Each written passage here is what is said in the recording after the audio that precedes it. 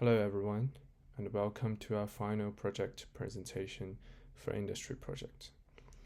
Our project explores how robotic systems, specifically robotic arms, can be used to simulate human motion and generate repeatable sensor data for machine learning. This work was done in collaboration with UCL, Panoramic, and Johnson & Johnson. Before we begin, I'd like to introduce our team. I'm Liuhaichen.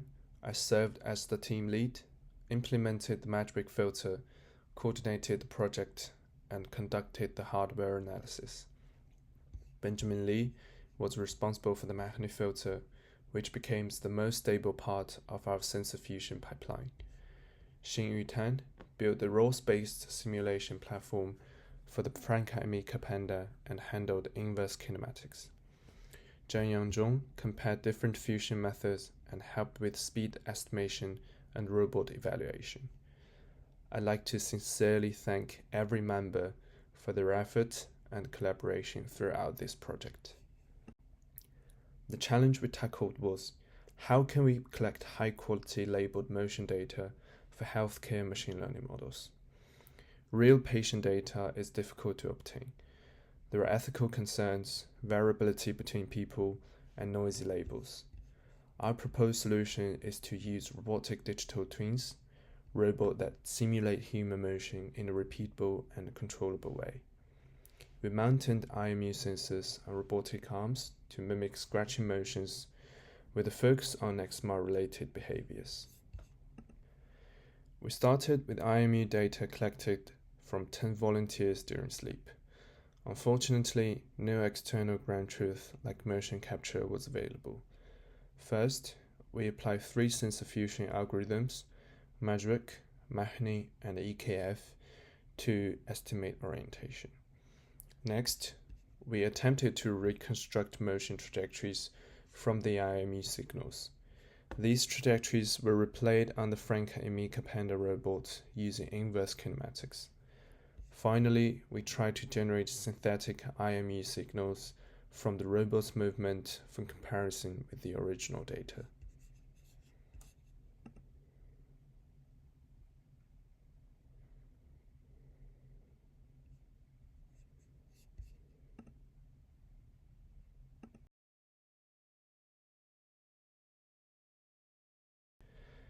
We encountered 3 main challenges. First, the IMU data alone led to unstable trajectories due to drift and noise, especially with no ground truth reference.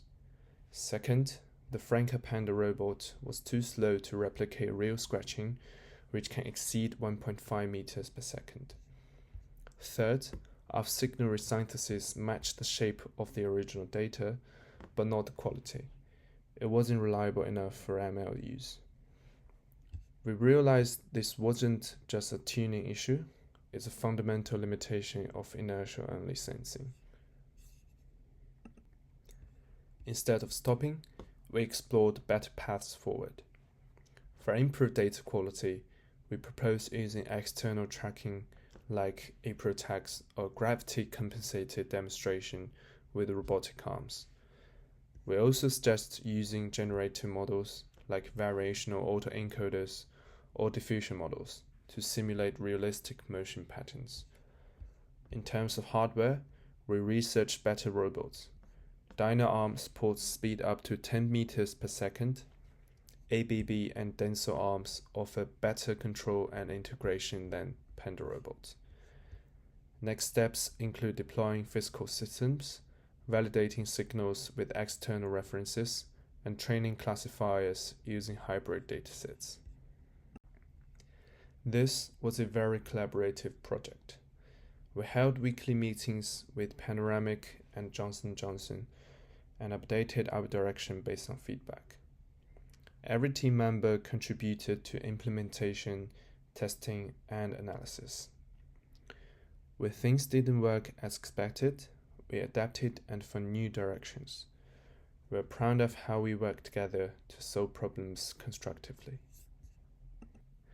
In conclusion, this project gave us hands-on experience with sensor fusion, robot simulation, signal processing, and research coordination. We implemented a working pipeline, discovered rare breaks, and explored how to move beyond these limitations. Our key takeaway is IMU-only approaches are not reliable enough alone.